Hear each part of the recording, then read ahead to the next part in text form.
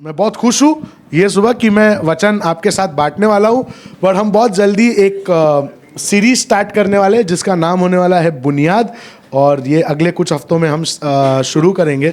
बहुत ही मज़ेदार होगा और हम रुक नहीं सकते वो शुरू करने के लिए। बट तब तक हम बस ऐसे ही कुछ भाग ले रहे हैं बाइबल से और उससे प्रचार कर रहे हैं। यूहन्ना 2:1-12। फिर तीसरे दिन गलील के काना में किसी का विवाह था और यीशु की माता भी वहाँ थी। यीशु और उसके चेले भी उस विवाह में निमंत्रित थे। जब दाखरस घट गया तो यीशु की माता ने उससे कहा, उनके पास दाखरस नहीं रहा। यीशु ने उससे कहा, हे महिला, मुझे तुझसे क्या काम? अभी मेरा समय नहीं आया। उसकी माता ने सेवकों से कहा, जो कुछ वह तुमसे कहे वही करना। वहाँ यहूदिया के शुद्ध करने की रीति के अनुसार पत्थर के 6 मटके धरे थे, जिनमें 2-2, 3-3 मन समाता था। यीशु ने उनसे कहा, मटकों में पानी भर दो। उन्होंने उन्हें मुँह भर दिया। तब उसने उनसे कहा, अब निकालकर भोज के प्रधान के पास ले जाओ। और वे ले गए। तब भोज के प्रधान ने वही पानी चखा जो दाखरस बन गया था, और नहीं जानता था कि वह कहाँ से आया था। परंतु जिन सेवकों ने पानी निकाला था वे जानते थे। तो भोज के प्रधान ने दूल्हे को बुलाकर उनसे कहा, हर एक मनुष्य पहले अच्छा दाखरस देता है, और जब लोग पीकर चख लेते हैं तब मध्यम देता है, परंतु तूने अच्छा दाखरस अब तक रख छोड़ा है। यीशु ने गलील के काना में अपना यह पहला चिन्ह दिखाकर अपनी महिमा प्रकट की और उसके चेलों ने उस पर विश्वास किया। मैन थैंक यू परमेश्वर कि आप हमारे साथ हैं, कि आपकी उपस्थिति हमारे साथ है। और अभी हम जैसे आपके वचन को देखेंगे, मेरी प्रार्थना आपसे ये है कि आप हमारे आँखों को खुला रखे देखने के लिए, हमारे कानों को खुला रखे सुनने के लिए, हमारे दिमाग को खुला रखिए समझने के लिए, और हमारे दिल को खुला रखिए स्वीकार करने के लिए वो जो आप हमसे आज कहना चाहते हैं। Make this prayer in Jesus most precious and holy name, amen. तो अभी हम देखेंगे कि यीशु गैलिली में था और वो कुछ दिनों के लिए वहाँ पे था, और तीसरे दिन पे वहाँ पे एक शादी था। ओके, अभी यीशु एक उद्देश्य से आया था इस धरती पर। उसने टाइम बनाया शादी में जाने के लिए। ओके, उसका मतलब क्या है? उसका मतलब है कि हमको थोड़ा लाइफ में मज़ा भी करना है। ओके, लाइफ एकदम सीरियसली नहीं लेना है। हमको हमारे दोस्तों के साथ मिलना है, उनके साथ खाना है। अगर नाचने का मौका मिले तो थोड़ा नाचो भी, है ना, थोड़ा मौज करो, थोड़ा मस्ती करो, जैसे हमने ये शुक्रवार को किया हमारे लाइव ग्रुप्स में, हमारे एलजीज में जो हमने किया, बहुत मज़ा किया ना। यहाँ पे जो एलजी था वो तो मतलब वो, हाँ, हम अंधेरी में थे, जोयाशोर में अंधेरी में थे, अंधेरी तक आवाज़ आ रही थी तुम्हारी, है ना। तो बस, है ना, तो ऐसा अगर मौका मिला ना कि हम साथ में आ सकते और साथ में मज़ा कर सकते, वो मौका छोड़ना मत, है ना। क्योंकि हमको परमेश्वर ने ये जीवन दिया है, हाँ, उसके काम के लिए, उसके कार्य के लिए, पर मज़े लेने के लिए भी दिया है ना। हर टाइम हमको सीरियस नहीं रहना है। तो वो पहली चीज़ है। दूसरी चीज़, ये जो जगह है काना, काफ़ी, ये जो बाइबल के जो विद्वान है ना, वो कहते हैं कि ये जो शादी थी काना में, वो जो यीशु है उसके कोई फैमिली मेम्बर की थी। समझ में आया? वो ऐसे कहते हैं क्योंकि ये शादी में जीसस भी था, यीशु था, उसकी माँ भी थी और उसके शिष्य भी थे, है ना। तो सब लोग थे वहाँ पे। और जब, और आप देखते हो कि यीशु की जो माँ है मरियम, जब दाखमधु ख़त्म हो गया तभी वो शादी के तैयारियों में शामिल थी। और इसके लिए जब दाखमधु ख़त्म हुआ तभी उसको भी टेंशन हुआ कि यार अभी ये ख़त्म हो गया, अभी हम क्या करें। इसके लिए वो यीशु के पास जाती है। ओके, अगर वो शादी के तैयारियों में शामिल नहीं थी तो यीशु के पास नहीं जाती थी। वो ट्राई नहीं करती थी देखने के लिए कि यार मैं ये कैसे सॉल्व करूं।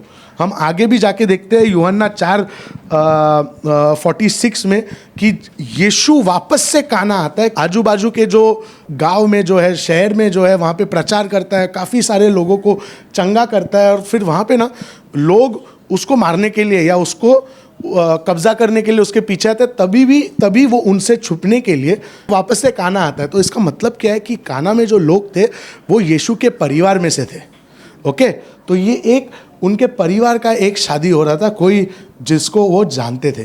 ओके, और इसीलिए ये जो उसका पहला जो ये चिन्ह चमत्कार है ना, ये जो पहला चीज़ है उसने काना में किया, क्योंकि यीशु कहता है, आप अगर देखोगे मत्ती 15:24 में, कि उसे भेजा गया है इज़राइल के खोए हुए भेड़ के पास, यीशु मसीह को भेजा हुआ है। तो पहला यीशु मसीह का जो गॉस्पेल है, जो सुसमाचार है, वो पहले इज़राइली लोगों के पास गया, फिर हमारे पास आया।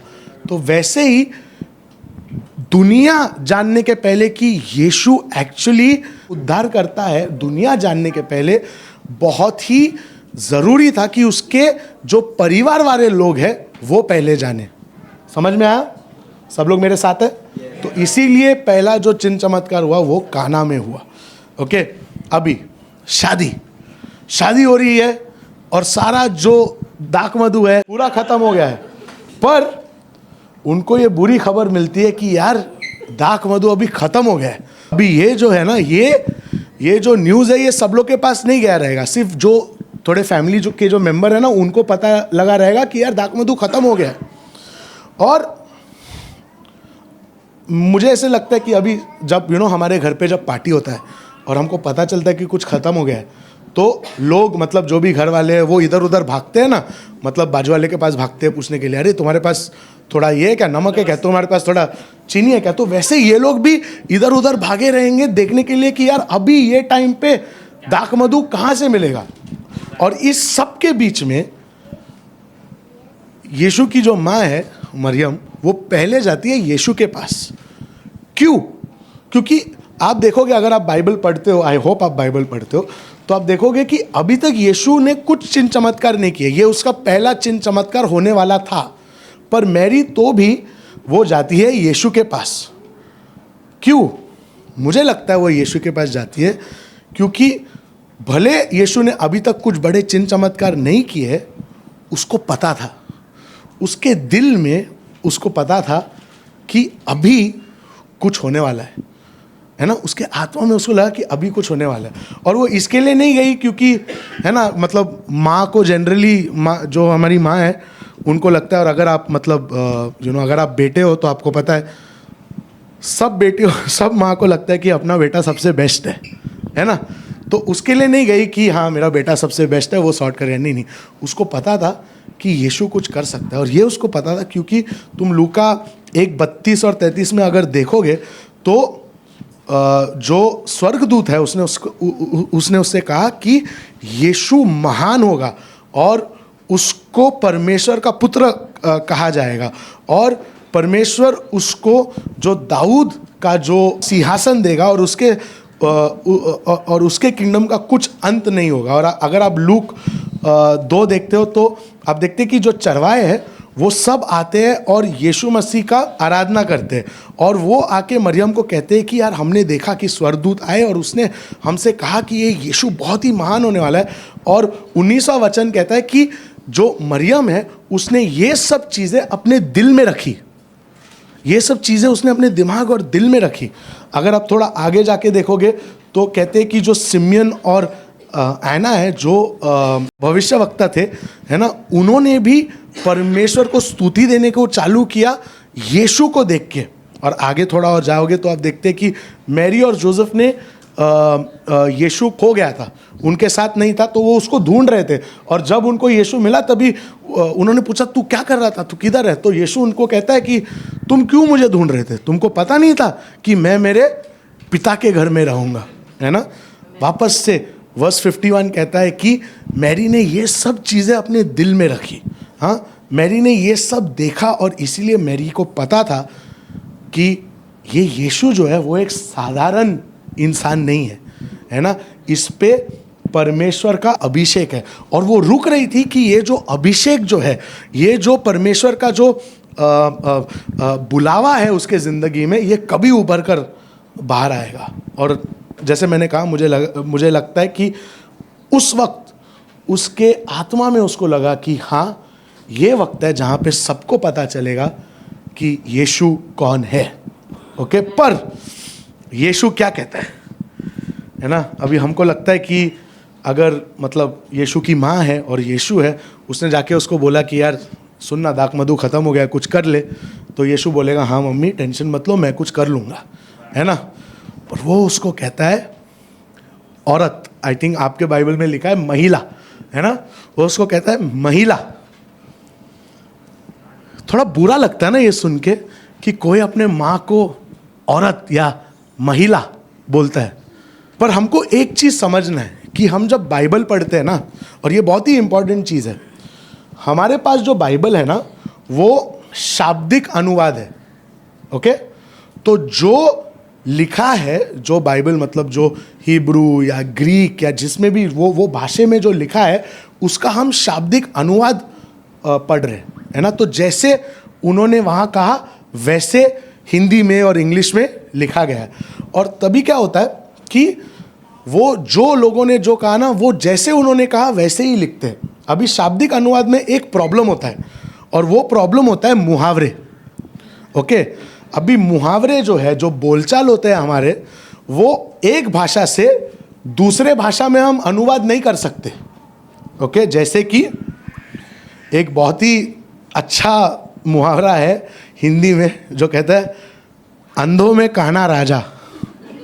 सुना आपने, है ना। अंधों में काना राजा, इसका तुम इंग्लिश में सही अनुवाद कर ही नहीं सकते। ओके, मतलब हमको तो पता है, हमको पता है उसका मतलब क्या है, तो हम इंग्लिश में बोल सकते हैं, बट इसका आप इंग्लिश में बोल ही नहीं सकते हो सही से, इसका अनुवाद हो ही नहीं सकता। फिर दूसरा है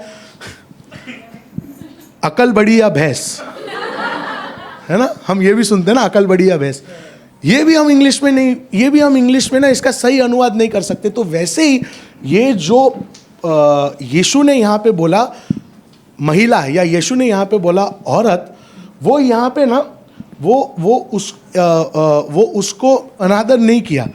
ओके, और मैरी ने भी वो ऐसे बुरा नहीं माना कि जो यीशु ने उसको बोला, कि यीशु ने उसको बोला महिला या बोला औरत, मैरी ने बुरा नहीं माना, क्योंकि उनका जो कल्चर है, उनका जो समय था, वहाँ पे वो अपने माता और पिता को वैसे बोलते थे। जैसे अगर आप जाओगे इंग्लैंड में जाओगे या आप अमेरिका में जाओगे, तो कोई कोई जगहों में अपने माँ और बाप को मम्मी और डैडी नहीं बोलते, है ना, उनको बोलते हैं सर और मैम।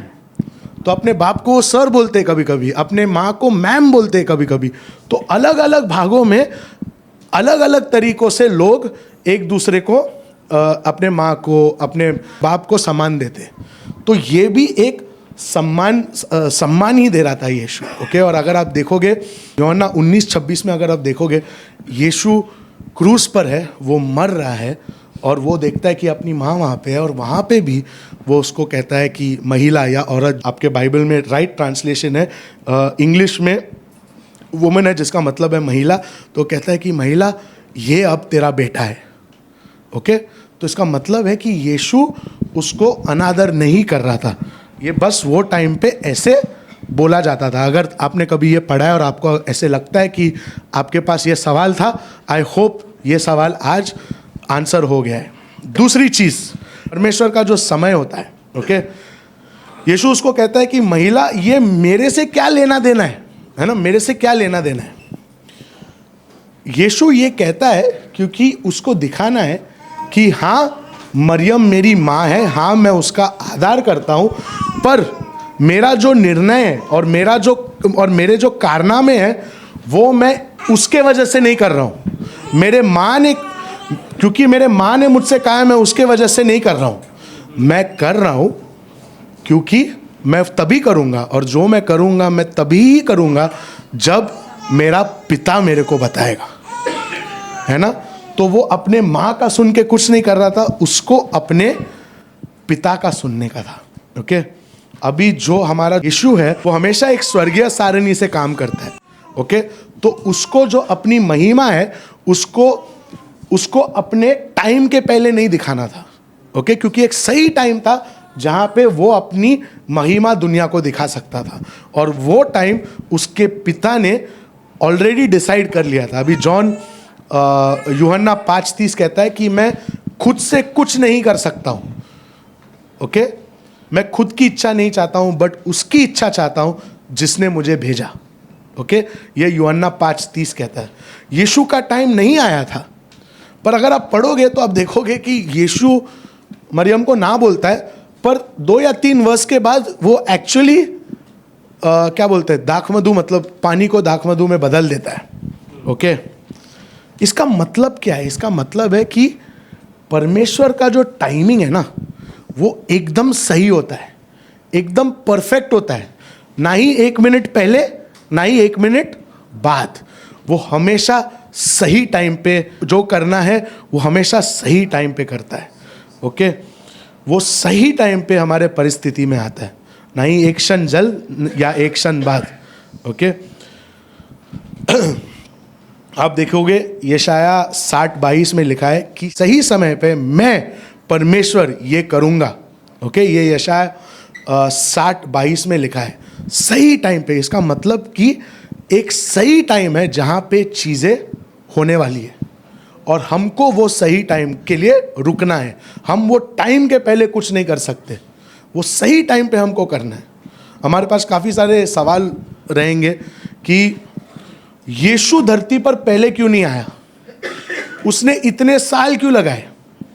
या हमारे पास एक सवाल होगा कि जो एक्ट्स में हम पढ़ते हैं, जो पौलुस है, उसको इतना टाइम क्यों लगा परमेश्वर में आने के लिए, इतने लोगों को मारना क्यों, उसने इतने लोगों को मारा, उसने इतने चर्चेस बंद करवाए, परमेश्वर ने इतना टाइम क्यों लगाया उसके पास सुसमाचार लेके जाने में, है ना।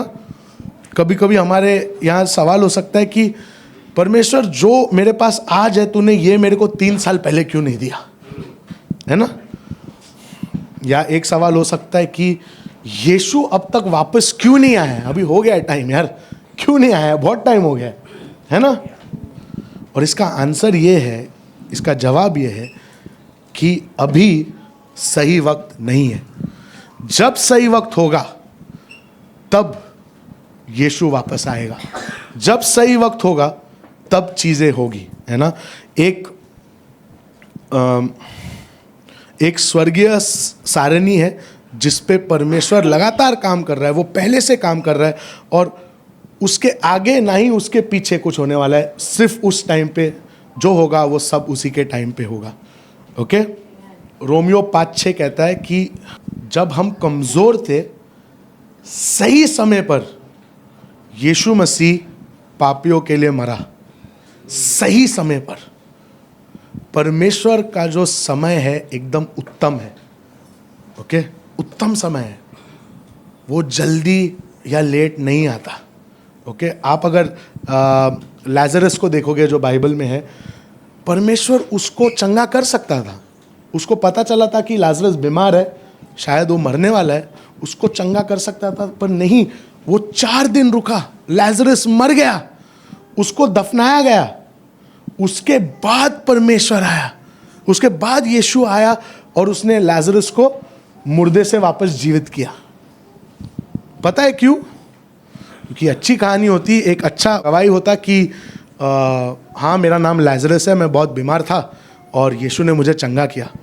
पर लाजरस अभी, उसके बाद लाजरस का गवाही क्या था कि हाँ, मैं लाजरस था और मैं मर गया था, लेकिन यीशु मसीह ने मुझे फिर से जीवित किया।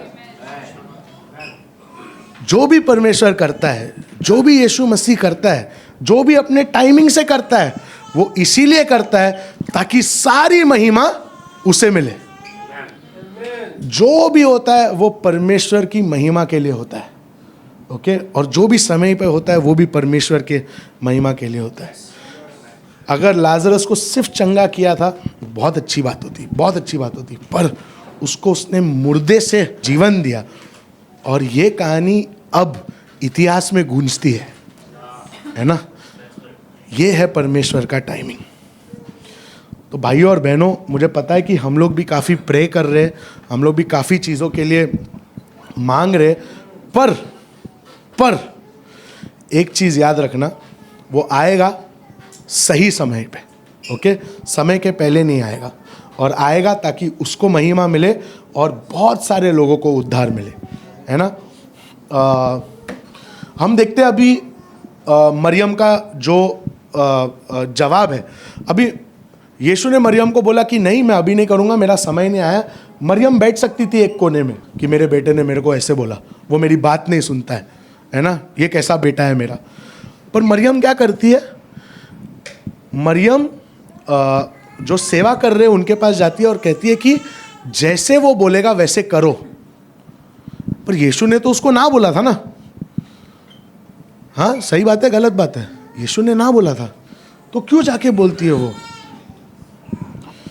क्योंकि एक तो उसको पता था कि यीशु ये करने वाला है, और दूसरा वो विश्वास से तैयारी कर रही थी जब यीशु का सही समय आएगा उसके लिए। ओके, काफ़ी समय ना हम प्रार्थना करते हैं, हम कहते हैं परमेश्वर मुझे ये दो, परमेश्वर मुझे वो दो, परमेश्वर मेरे लिए ये करो, पर क्या हम उसके लिए तैयार है ना। कभी कभी ऐसा होता है, हम बोलते हैं परमेश्वर को कि यार प्लीज़ मेरे को एक बड़ा घर दे दे, प्लीज़ मेरे को 4 बेडरूम का घर दे दे, और फिर परमेश्वर दे देता है। फिर हम बैठते उधर और बोलते 4 बेडरूम में करेंगे क्या, है ना। शायद कोई ऐसा हो सकता है जो गाड़ी मांग रहा है, बोला परमेश्वर प्लीज़ मेरे को गाड़ी दे दे, गाड़ी दे दे, और परमेश्वर गाड़ी दे देता है। फिर पता चलता है कि आइला मेरे पास तो लाइसेंस ही नहीं है। तो जब हम मांगते हैं, अगर हम विश्वास में मांगते हैं ना, विश्वास में, तो हम उसके लिए, हमको उसके लिए तैयार होना चाहिए। जो भी तुम प्रार्थना कर रहे हो, जो भी चीज़ के लिए तुम प्रार्थना कर रहे हो, उसके लिए तैयार रहो कि परमेश्वर अपने समय में वो आंसर करेगा। काफ़ी टाइम हमको चीज़ें नहीं मिलती क्योंकि हम उसके लिए तैयार ही नहीं होते, हमारी तैयारी ही नहीं है।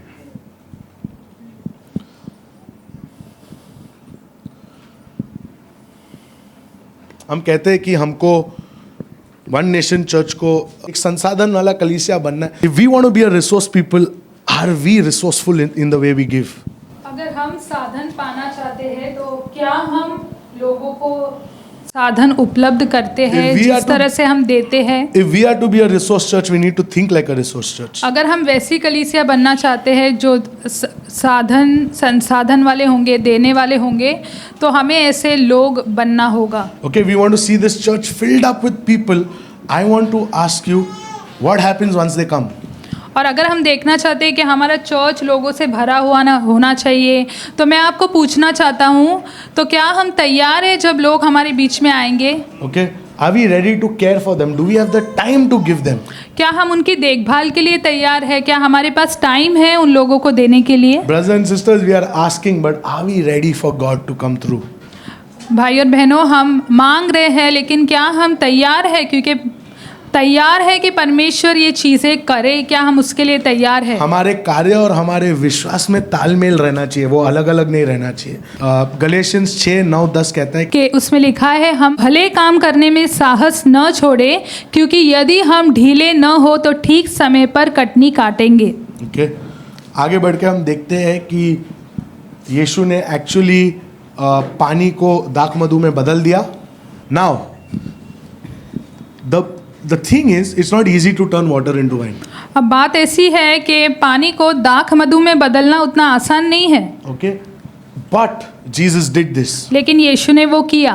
And you know what is the most important thing needed for आपको wine? पता है कि दाख मधु के लिए सबसे महत्वपूर्ण चीज़ कौन सी है? The most important thing is time. सबसे महत्वपूर्ण चीज़ दाख मधु को तैयार करने के लिए समय लगता है। Okay, it needs time to ferment it. There is a process. उसमें खमीर होने के लिए समय लगता है, एक क्रिया होती है। Okay, and it is stored for years. और सालों के लिए उसे रखा जाता But है। here you see Jesus puts water into the jars and removes it out and it is wine. लेकिन यहाँ पे देखते हैं हम लोग, यीशु घड़े में पानी डालते हैं और जब निकालते हैं तो दाख मधु निकलती है उसमें से। You see, in turning water into wine, Jesus has bypassed the entire process, the entire work of choosing the grapes, mushing them, collecting the juice, fermenting it, processing it. और देखो, ये जो पानी को दाख मधु में बदलने के लिए यीशु मसीह ने जो पूरी क्रिया होती है उसे निकाल दिया। जैसे कि उसके अंदर क्रिया शामिल होती है, अंगूर लगता है, उसे उसमें खमीर चढ़ने के लिए समय लगता है, ये सब कुछ यीशु ने निकाल दिया। Okay, he bypasses all the work. वो सारा जो काम उसमें लगता है यीशु ने उसे निकाल दिया। Brothers and sisters, this is not just any wine. This is Edenic wine. तो भाई और बहनों, ये कोई मामूली दाख मधु नहीं है, ये ईडेनिक वाइन है, उसे अदन का दाख मधु कहा जाता है। This is the wine that is made without the curse of hard work. और ये वो दाख मधु है जिस पे जो मेहनत का श्राप है उसे हटा दिया गया है। And that is why the master of the feast called this wine good. और इसीलिए वो जो भोजन का स्वामी है उस दाख मधु को अच्छी दाख मधु ऐसा This कहता है। Edenic wine was better than the best wine served at the wedding. और ये जो अदन का दाख मधु था, किसी भी शादी में ऐसी दाख मधु नहीं दी गई होगी, सबसे उत्तम दाख मधु वो थी। And this is what Jesus does, brothers and sisters. He takes something that is ordinary, he takes water and he turns it into the best और wine. यीशु मसीह यही करता है भाई और बहनों, जो साधारण चीज़ें होती है उसे उठाकर उसे ले लेता है और उसे उत्तम बनाता है, सबसे उत्तम दाख मधु में वो बदल देता Mary है। only asked for wine. और मरियम ने केवल दाख मधु की मांग की थी, Any wine would do. कोई भी दाख मधु चलती थी। The people were already super high. और लोग तो पहले से ही नशे में थे वहाँ पे, उनको कुछ फर्क नहीं पड़ता था, but he still gave them the best. लेकिन फिर भी यीशु मसीह उन्हें उत्तम देता है। When we submit to his will and his time, he gives us not only what we want, but he gives us way beyond our expectations. और जब हम उसके समय के लिए अधीन हो जाते हैं, यीशु मसीह की और अधीन हो जाते हैं, तो वो सही समय पर हमें उत्तम चीज़ें देता है। There is nothing that we can ask God that he cannot give us. और ऐसा कुछ भी नहीं है जो हमने परमेश्वर से मांगा हो और परमेश्वर हमें नहीं दे सकता है। Sometimes, most of the times, he gives us not what we want, but something way better than what we want. कई बार वो हमें वो चीज़ें नहीं देता जो हमें चाहिए, लेकिन जो हमें चाहिए उससे भी उत्तम चीज़ें परमेश्वर हमें देता है। I just want to tell you, brothers and sisters, if you've been asking, भाई और बहनों, मैं आपको बताना चाहता हूँ, यदि आप मांग रहे हैं, let's start living like we've already got it. तो ऐसा जीवन जीना हम जिए या जीना शुरू कर दे जैसे कि हमें मिल चुका है वो सब Let's कुछ, start preparing for it. उसकी तैयारी हम करें। Okay? Because then when it comes, when the grace of God comes, we'll be ready for it. क्योंकि जब वो आएगा, हमें मिल जाएगा, परमेश्वर का अनुग्रह जब हम पर आएगा तो हम उसके लिए तैयार होंगे। And let's trust in the timing of God. और आइए हम परमेश्वर के समय पे भरोसा You रखें। must be waiting for healing, you must be waiting for money, you must be waiting for, I don't know what, maybe marriage or whatever it is. Let's trust that God has your best interests in mind. और शायद आप रुके होंगे शादी के लिए या चंगाई के लिए या किसी भी बात के लिए, याद रखे आप आपके हृदय में कि परमेश्वर ने आपके लिए उत्तम चीज़ें रखी है। God bless you all. और प्रभु आपको आशीष दे।